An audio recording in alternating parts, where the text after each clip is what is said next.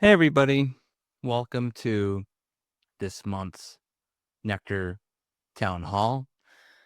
I can't believe it's already October. We're in Q4.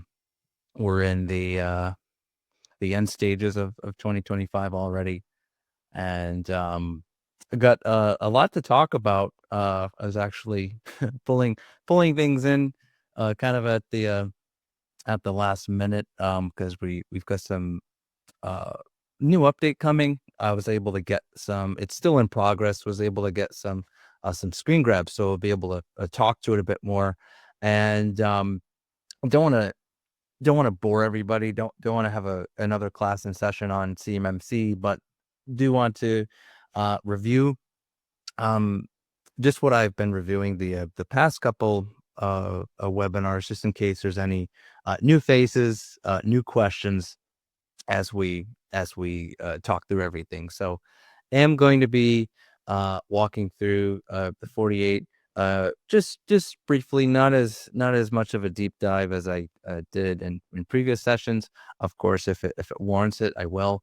I was hoping to make a nice a timeline like some other providers have done, but wasn't able to square that circle.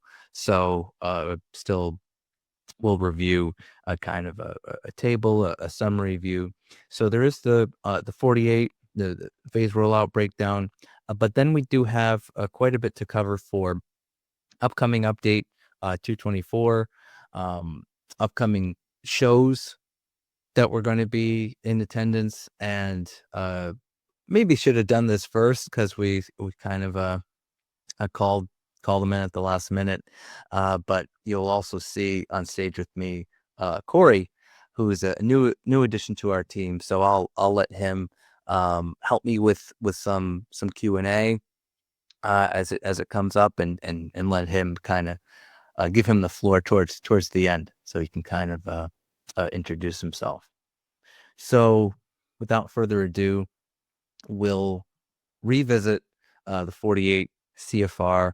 I'm sure everyone's sick of it, sick of seeing it, sick of hearing it, but it is impending. We're coming up to November, where November 10th, which is when the rule goes into effect.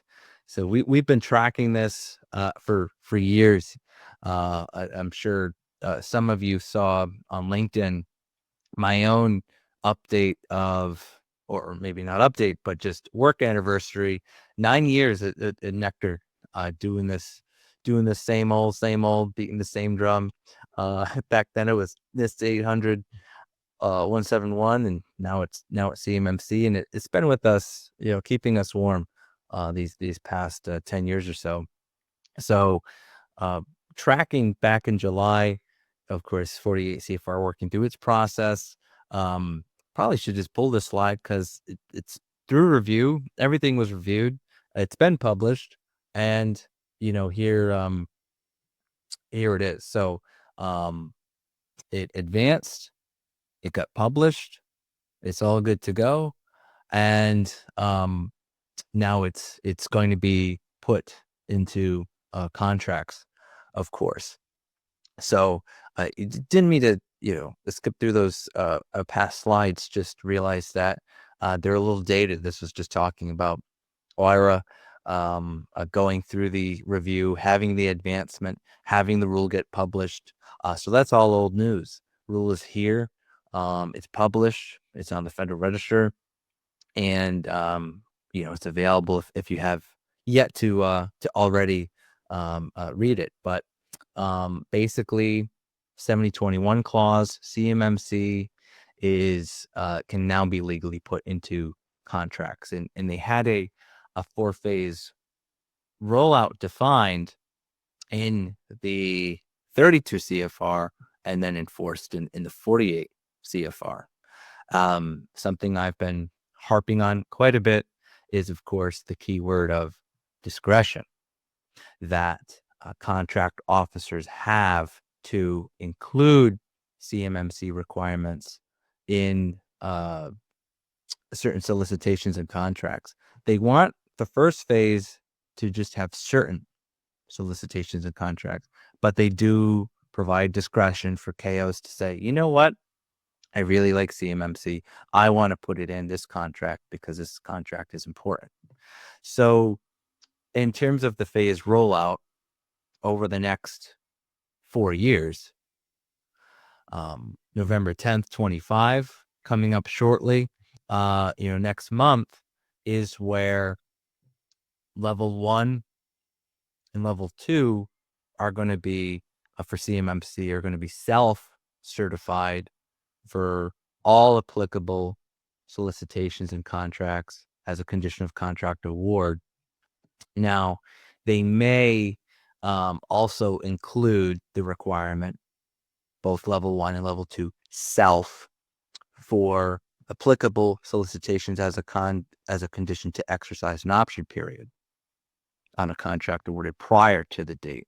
So November 10th, moving forward, new contracts, but then they also have discretion to include it in past contracts, and at their discretion, they can also say, you know what, this is important. It needs to be an L2 C3PAO certified requirement rather than a self.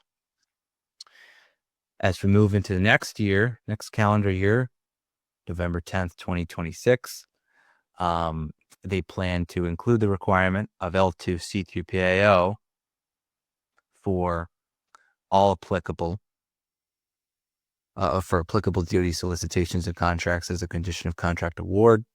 They may, at its discretion, delay the inclusion to an option period instead of at award. Then, at its discretion, as you can see here, there's a theme. Level 3 may start to be introduced for applicable contracts and solicitations. 2027, November 10th.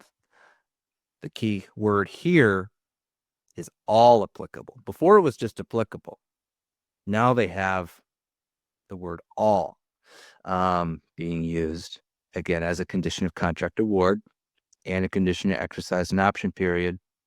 So, and then with level 3, they are, again, looking to use all applicable rather than just applicable.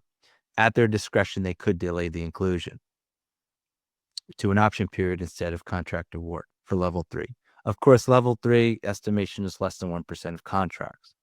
If you know who you are if you're going to be dealing with level 3. And of course, level 3 can only be assessed via DIBCAC rather than a private party, C3PAO. And then 28, November 10th, full implementation, no more discretion, no more caveats, all applicable, everything in perpetuity throughout the universe. So next 4 years are really going to be crunch time.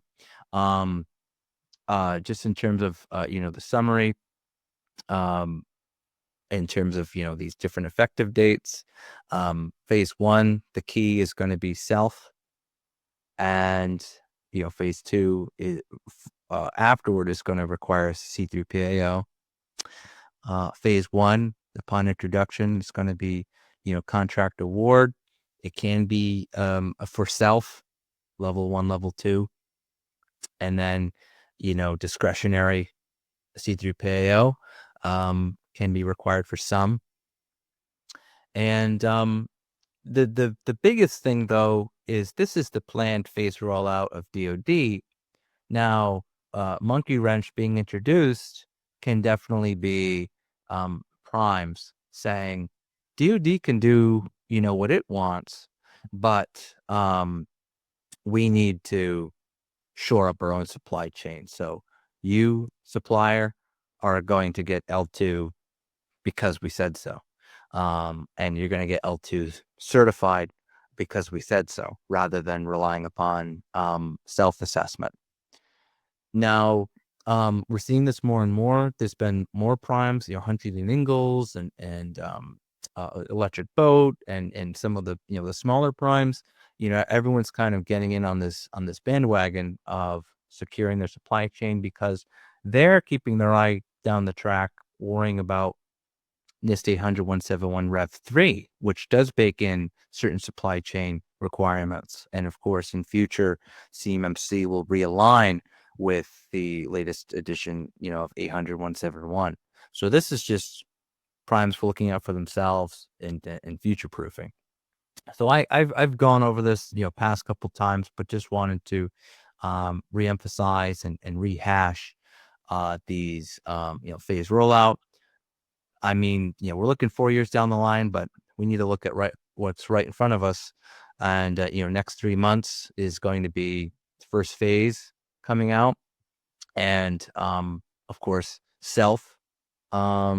anticipated, self-certified, but definitely, who you are, with the contract officer you're talking to, or multiple contract officers, or an upstream prime, what their thinking is, whether or not it's best for you to go and say, you know what, I'm going to jump the queue. I'm going to get ahead of this thing. I'm going to schedule a NL2 certification for myself right now, for our company right now. And, there's more and more C3PAOs being introduced on the marketplace between now and last month, 4, jumped from 79 to 83. So with new entrants, with new people being C3PAOs, they have a clean calendar. So they're able to book stuff rather than existing ones that we work with that I know are flat out till the end of the year. They're already looking to 2026. Of course, all C3PAOs are not created equal. You need to make sure that, and maybe I'll have a webinar or invite someone on, a fellow C3PAO, where we can kind of talk about that first dialogue that you have is most important, making sure you're speaking the same language, making sure that the way that your environment is scoped is going to be in line with what that C3PO has experience in, or is expecting to see, what types of SSP format or evidence is going to be required, because one of the things that's come out that a lot of people talk about is the false start, quote unquote, which is basically C3PAO talking to a organization seeking certification, or OSC, where they say, nope, we're we talked a little bit, but we're not moving forward to assess you because we don't have confidence you're going to pass, and we only want to pick winners. Most C3PAOs, or at least one's worth their salt, they don't want to go through and waste their time and spend several weeks working with a company or assessing a company that they know has no chance. It ties up their bandwidth.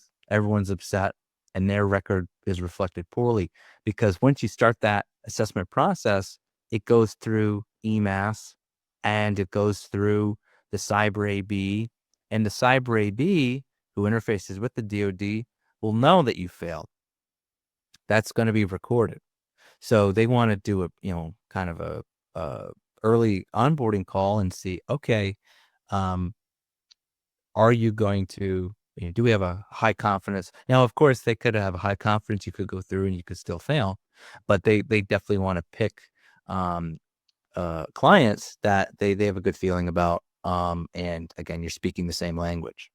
So if you need any help with that, reach out to us. We know quite a few C3PAOs, definitely ones that are trustworthy, or be seen, be reasonable. That's definitely key. So just wanted to throw that out. Again, anyone have any questions, reach out to us for vetting C3PAOs, or understanding what kind of is the rigor required that is needed to pass an assessment. So that's everything we've talked about already. Now we're going to talk about new stuff that we've got with NeQter coming out.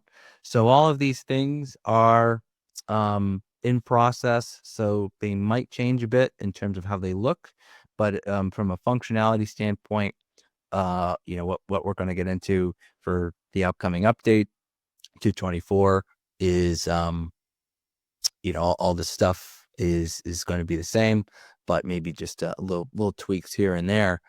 So some of the big things that we worked on, which version 3 is coming down the line, and some of the stuff was going to be baked into version 3, but we said, actually, this stuff's useful right now. Let's get this out there.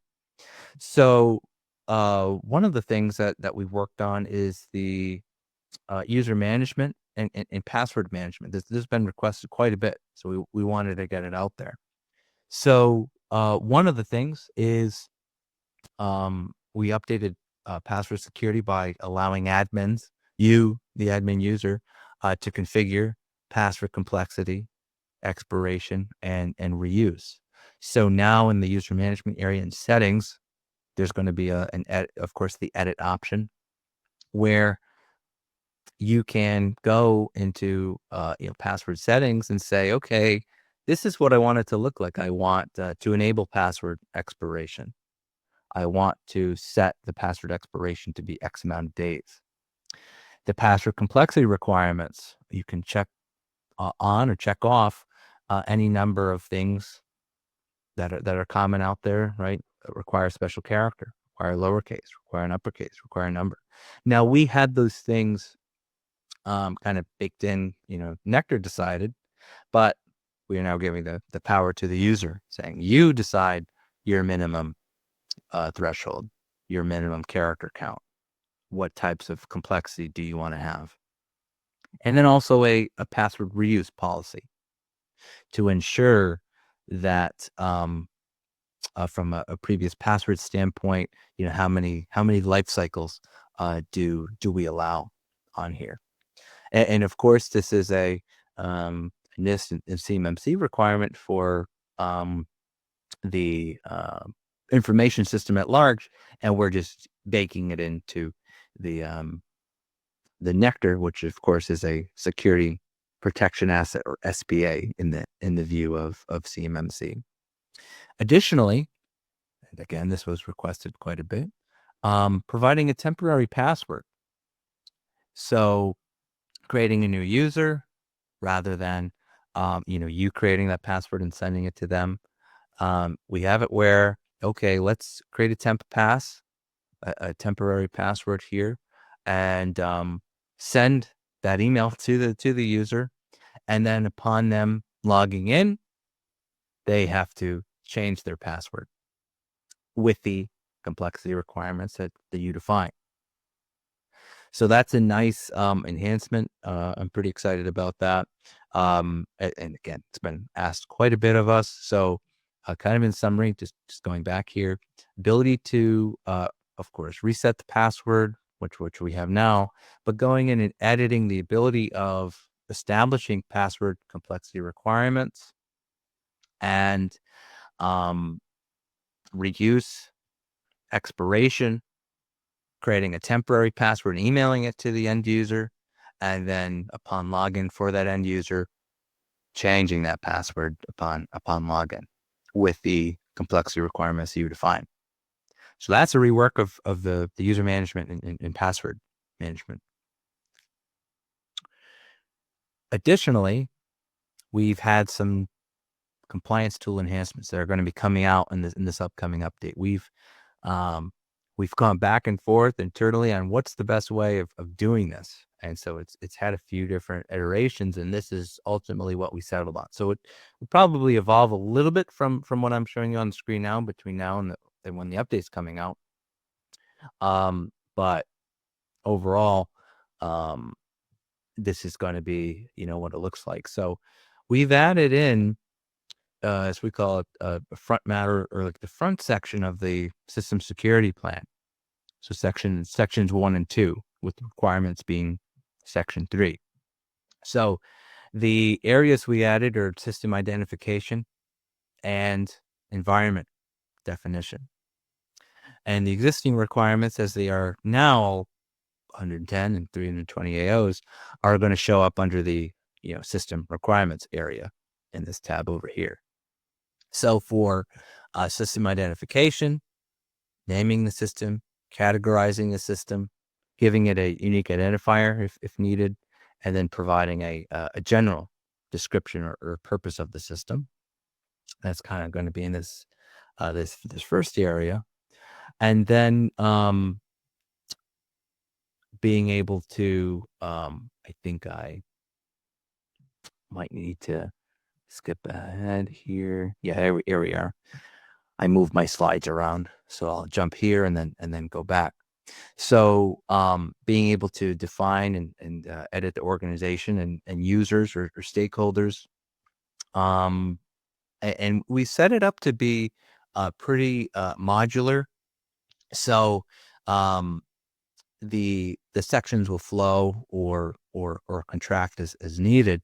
But there's some rigid things that we've added in that are required, such as of course organization and being able to upload and add a logo. That's been requested quite a bit, and defining stakeholders, end users, and privileged users or a user role has been added in, and then summarizing data, summarizing how CUI data is stored and protected and disseminated. So a summary, and then adding the breakdowns of what CUI is contained within the system, grouping, category, banner marking, all of those nice things.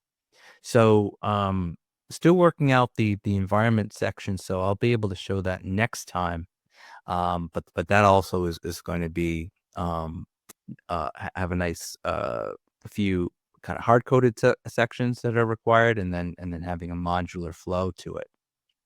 Now, another thing, and I kind of accidentally shoehorned in these slides between the other things I was talking about, but being able to bulk edit different, and I'll show you what you can bulk edit, but selecting multiple controls at the same time and changing parameters such as review, if it needs review or doesn't need review, implementation status, owner, due date. So we'll have this feature here where you can select, multiple controls, however many make sense, and say, okay, well, I'm switching these from partially implemented to implemented all at the same time. Or I need to bulk change the owner for these multiple controls instead of going one by one through the different controls.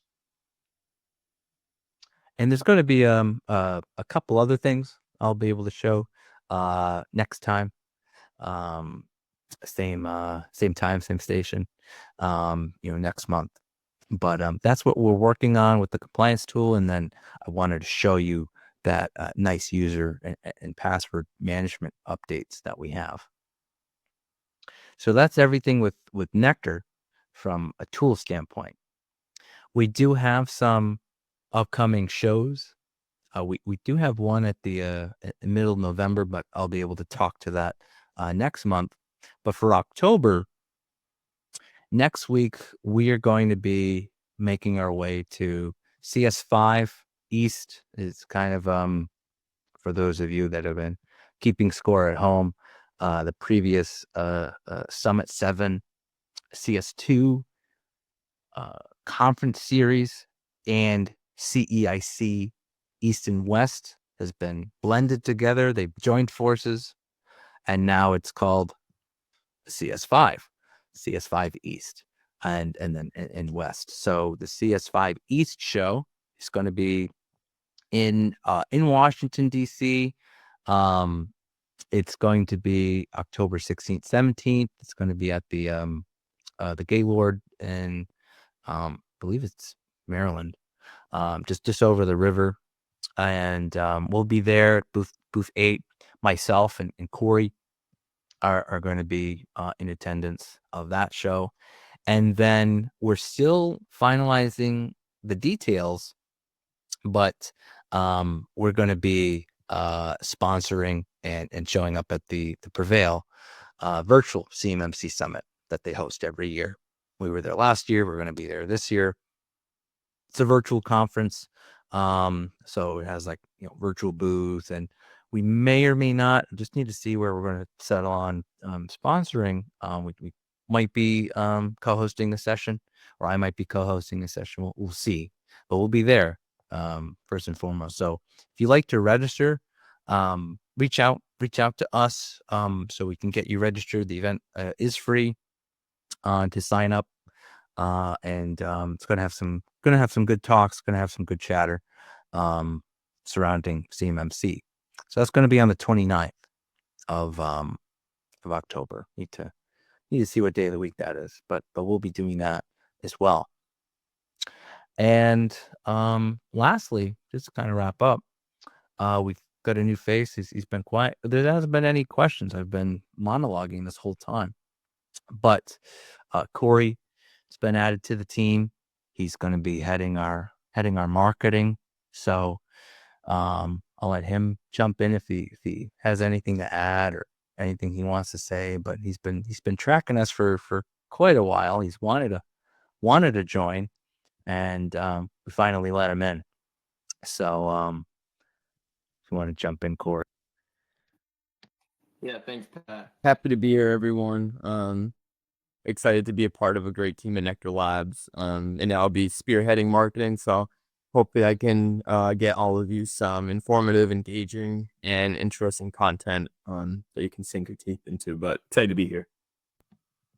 Yeah, I think if any of you have said, "Wow, NeQter's been posting a lot on their LinkedIn," or "Wow, their newsletter has a nice new format to it," that's Corey. He's already made a splash. He joined us just this past week, but he's been working with us prior in a part-time capacity while he was kind of working somewhere else. But we said, "Get in here. We need you. We need you full time. We need you."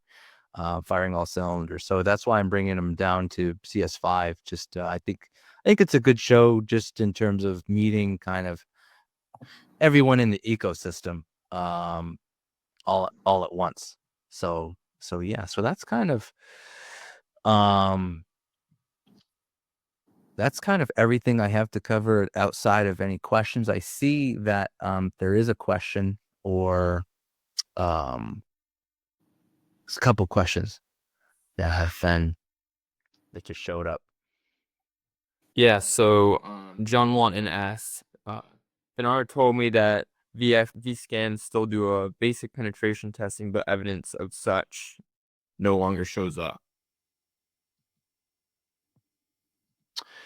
So let's see. So basic penetration testing, evidence of such as failed logins of guest test no longer shows up.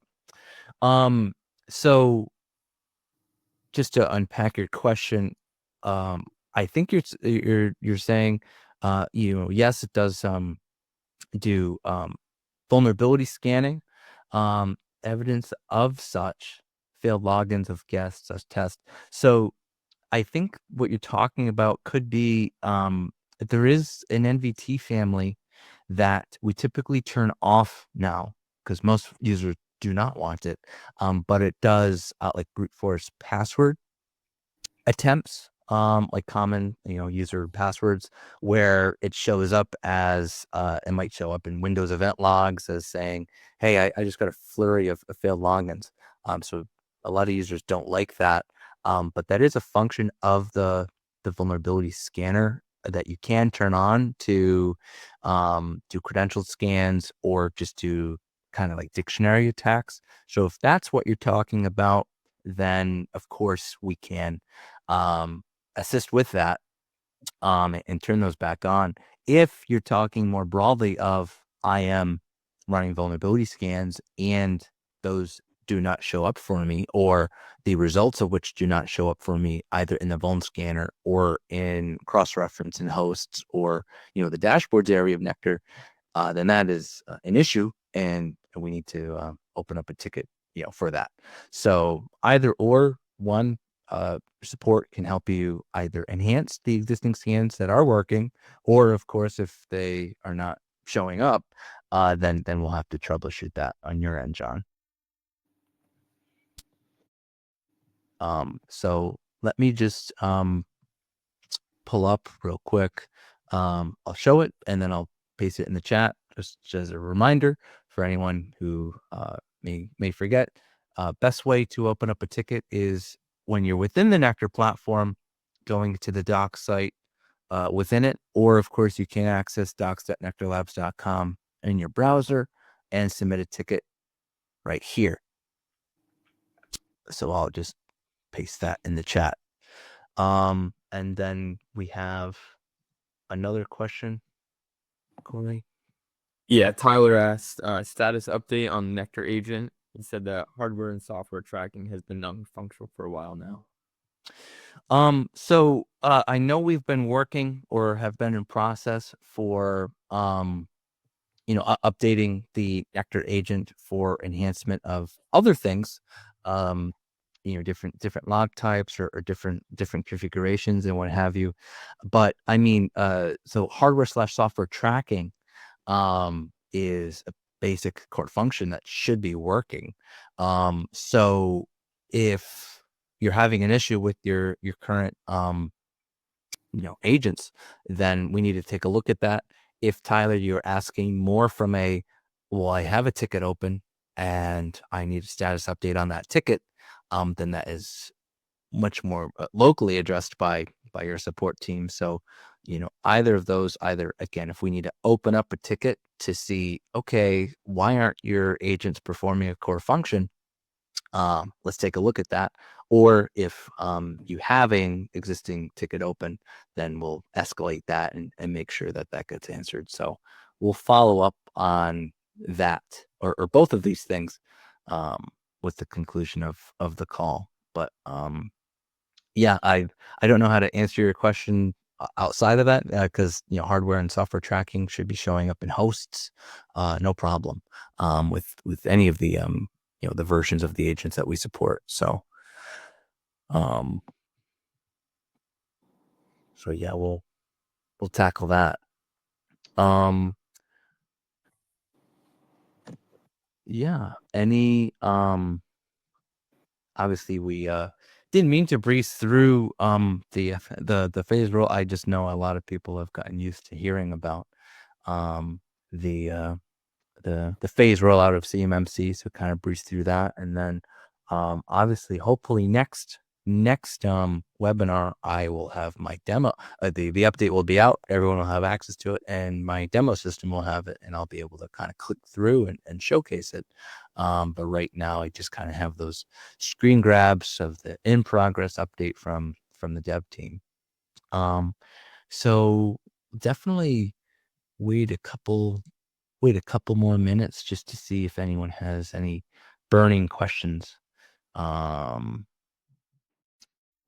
We got another question here from John.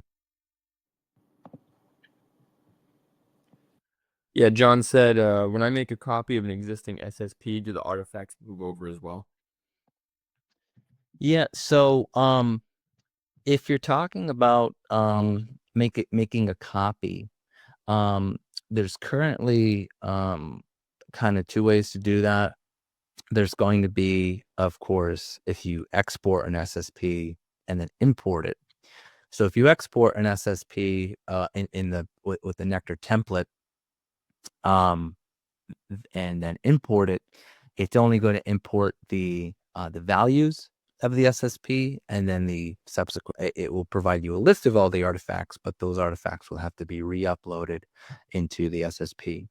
If we're talking about NeQter from a conversion standpoint, and let me just see if I can quickly pull up.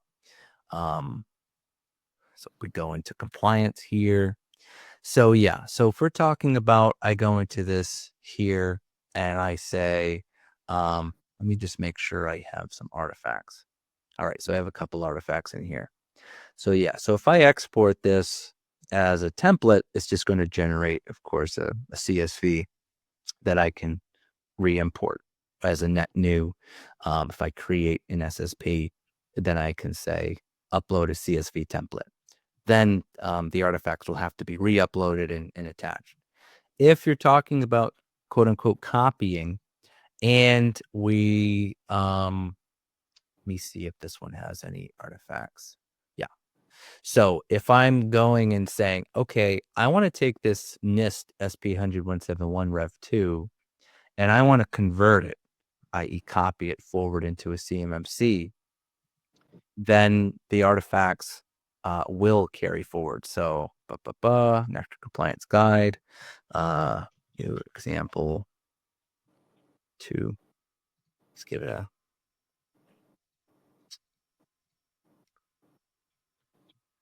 and I convert that, then yes, we should have things copy over here.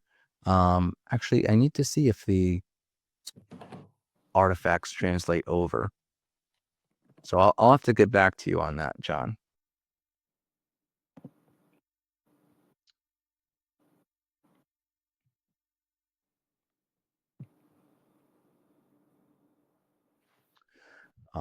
Because I just converted it and it doesn't look right here that they did. I thought that was a function. So I'll bring that up to the team to see if I missed something through one of the steps that I performed. But John, if you could chime in, are you looking at converting a NIST forward to a CMMC? Is that where your question is coming from?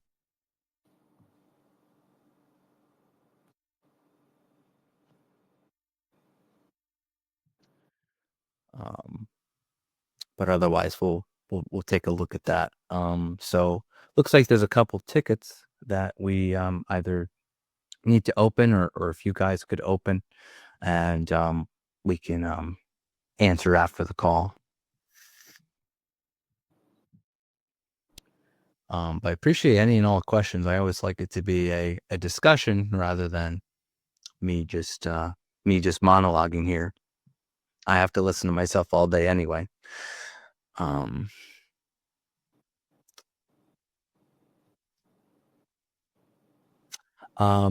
So Tyler in the chat, is there a ticket portal to check open existing tickets? They're not in terms of logging. The best way is to continuously respond to, because we have a thread when a ticket is opened. It creates an email thread, and that's how our support responds. So there's not currently a portal to log in. We found it was something I think we had in the past, but we found it to be messy, because then you have to manage a login and stuff, which some users had issue with. So there's not a way to check open or existing tickets. The best way is, of course, to respond to an existing ticket or email chain that you've had, and then it will prompt within our own ticketing system an update on our end for the team to see that it's in progress and there's been a new response. But I can follow up as well with you directly, Tyler, or tag in the support team to say, hey, what tickets are open for Tyler? How do we get these addressed? If that is where your question was coming from before regarding agents, if there's an existing problem or struggle that you're having that is single to you, that we need to escalate and make sure that we get the answers we need.